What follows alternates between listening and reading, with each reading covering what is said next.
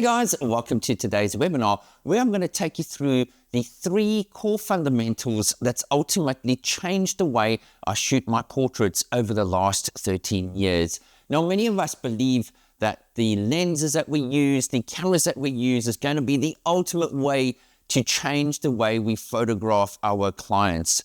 What I'm going to do today is share with you the 3 principles, the 3 fundamentals that I follow in each and every one of my shoots that ultimately changes the way my images look regardless of the cameras that I use. Now, in my classes, I use many different lenses and many different camera bodies, and all of them produce my key signature look, my brand.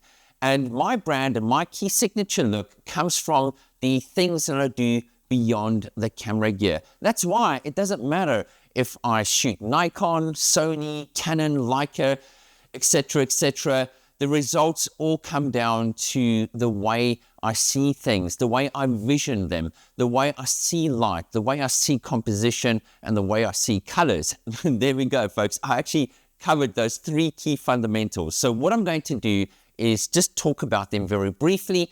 And what I'm going to do is go over to my studio, go into my computer, and actually show you examples of this. So the very first fundamental that I look out for in my portraits is the light. The light's got to be absolutely perfect. It's got to be directional. It's got to have a certain quality to it. What I'm going to do is I'll show you the examples in a moment.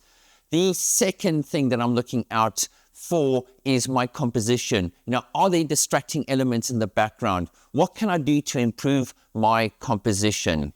Number 3 is color harmony. Color harmony plays such an important role in my work, and we're going to have a look at the various examples in my computer. So what we're going to do is we're going to take a break very quickly. We're going to shift our attention over to my computer monitor, and I'm going to show you a couple of examples. And I hope that you're going to go away today understanding the 3 things that you can do beyond your camera gear that's going to ultimately really level up your portrait work. So what we're going to do is head on over to my computer and look at those examples, and I'm going to go through each one and explain what happened with the light, composition, and color. So let's go.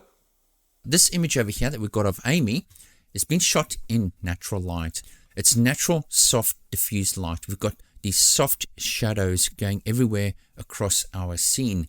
The other telltale sign of good light is beautiful catch lights in the eyes. And this is something that you're going to see across all of the images I'm going to share with you today. So we've got those little catch lights in the eyes. Those catch lights create that liveliness to our subject, and it puts a bit of character and personality in our subjects. The second element here, or second fundamental that we've got going for us over here, is working with a distraction-free background. I'm trying to frame up my composition in a way that I can avoid distracting elements. And this is going to be something that you'll see across the range of images that I share with you today.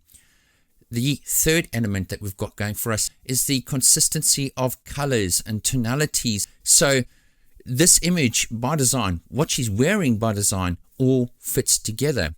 We've got the browns and grays of the coat that she's wearing, and that mimics the browns and grays that we've got over here. We've got the nice warm tonality in the face, which connects to the warm tonalities of the wood that's in the background. So we're tying the color palettes together, and we're trying to simplify it. If I look at this image, I've got very, very simplified colors.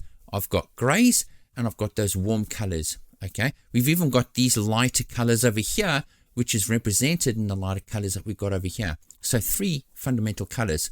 Those little white areas over here, or grayish white, the grays of the jacket and the grays of the wood that we've got going on here, and then the warm tonalities of the face and the warm tonalities of the wood in the background. So there again, just to recap, good soft directional light that's creating those beautiful catch lights in Amy's face.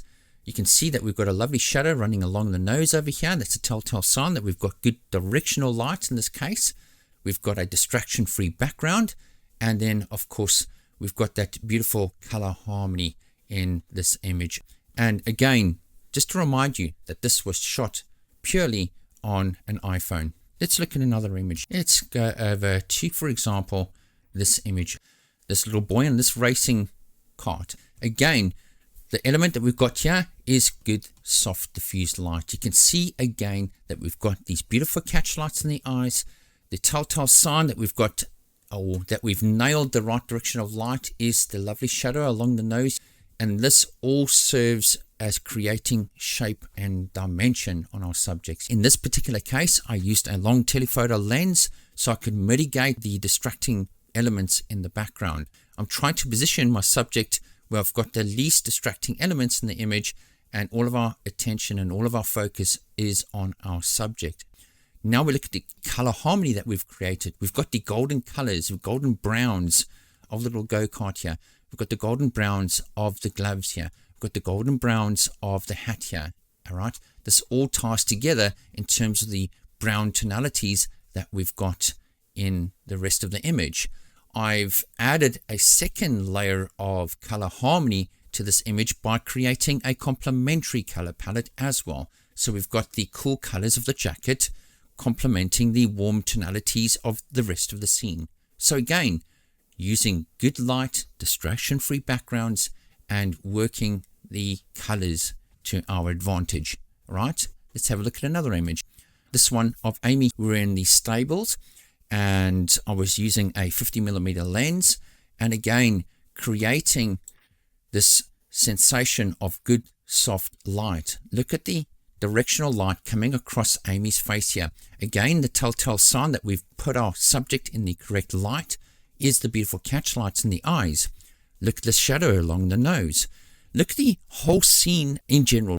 We've got a whole soft quality of light ranging across our image. That soft quality of light also helps reduce distracting elements.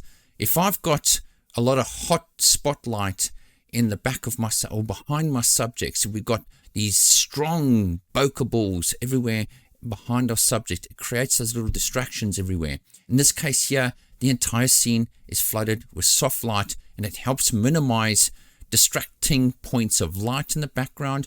I'm also trying to frame my subjects up against distraction-free elements, distraction-free objects. In this case, you can see how Amy steps out of the frame because of the nature of the light. It's striking her first, and then the background is darker. I'm trying to create a situation where I can get my subjects to pop off the backgrounds, and again helping us frame our subjects and making our subjects jump out of the frame. I've got it on a simplified background. Again, looking at the colors, we've got simplified color palettes. We've got the browns of the horse. We've got the browns mimicking in the stables. We've got these colors over here that tie in with the colors that we've got on Amy. We've got the browns of the collar over here with the browns of the horses. This is working with the three key fundamentals. And again, in this case, using a simple 55 or rather a 50mm lens at f2 and creating this soft result. And this is echoed across all of the images. In this case over here, again, we've got good soft light patterns. We're in a snowy situation now, but we still got soft light patterns because the soft light is being deflected off all of that snow around her, right? We've got the soft quality of light, the soft shadows underneath the scarf, the soft shadows on the legs. Everywhere is the soft quality of light, okay? And that echoes down to the rest of the process. We've got a soft color palette. We've got a soft distraction-free background. All of these elements work in unison with each other to create that final frame. So in this case, look how we played with the color harmony. We've got the grays in the hat, the grays of the trousers, the grays of the gloves, all working in this 3-point system over here. We've got the pastel colors of the jacket tied in with the pastel colors of the hat, and that all creates this pastel presence, this soft presence. Let's move on to the next image, and you can see that we're forming this structure with those three key fundamentals. When we go over to this particular image, for example, again, working with soft diffused light, also light that's directional, light that doesn't have any color casts in it. It's not strong. A lot of the work that I shoot out here is actually taken on bright sunny days. Believe it or not, bright sunny days is kind of a heaven for me when it comes to these open natural light scenarios. So again, if we look at this particular image, we're creating that soft quality of light across our entire scene. In fact, in this case here, we're working almost with a bidirectional light. You can see that we've got a bit of rim light on Amy's jacket. We've got a distraction-free background because of the type of lens that we used in this case. If I was using any kind of other lenses, I'd follow exactly the same steps. I'd be moving around in my scene to get the least distracting elements in my background. When we look at the color harmony that we've got going on in this image, okay, we've got the gray-brown color of Amy's coat. We've got the fur textures over here, and that mimics the fur textures that we've got on the husky over here. It's all of these elements that balance well together. Those three fundamentals: good light, distraction-free backgrounds, the color harmony that we've got. And this is echoed across all of the images. And those key fundamentals have been something that I've been developing over a couple of years, understanding those nuances of good light, understanding how to avoid those color casts. If we look at this particular image, again, we've got good soft light, and that good soft light translates across the entire scene. And because of the structure and the direction of the light in my scene, it does mean that my backgrounds aren't busy, because there isn't all of these hotspot bokeh balls everywhere because I'm choosing to frame against bright backgrounds, for example. Here again, soft, beautiful light. Look at the soft shadows everywhere. Look at those catch lights in my subject's eyes. It's all gleaming, it's happy, and it just shows that life. We've got the color harmony going for us over here. Look at the color harmony. All right, we've got the blues of what the boys are wearing, matching in with the blues of dad here, and then an element of the blues in the dress, connecting those three colors together. If you look at the overall color palette, we've got those muted greens in the background, which are represented again and echoed again in mom's dress. The top of the dress mimics the colors that we've got in this portion of our frame. Okay, look at the blues that we've got in the floral pattern of her dress. That echoes and translates into the colors that the boys are wearing. So we're working with this beautiful color harmony across the image, and again following those three fundamentals. This image, perfect example of beautiful directional light. We've got the soft shadow on the left hand side of the nose. We've got those glimmering, shining eyes. When we've got good light, our camera sees well. It allows us to use faster apertures, lower ISOs, faster shutter speeds. These all combine together to create those nice crisp images and helps the camera see the light better. Look at the sharpness that we've got over here. Look at the glow that we've got in this image. Again, following the same structure, good light, distraction-free backgrounds, and again, the color harmony. Look at the top that she's wearing here. We've got the greens over here. We've got the greens in the background.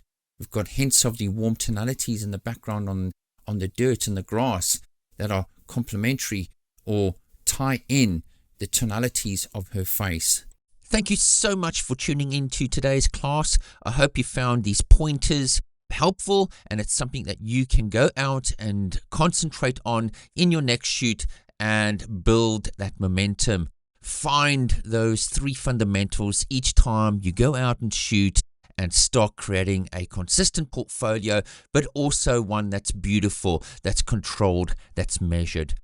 Folks, thank you very much again for having a look at my class today. I really appreciate the support, and we'll see you in the next session. Cheers for now.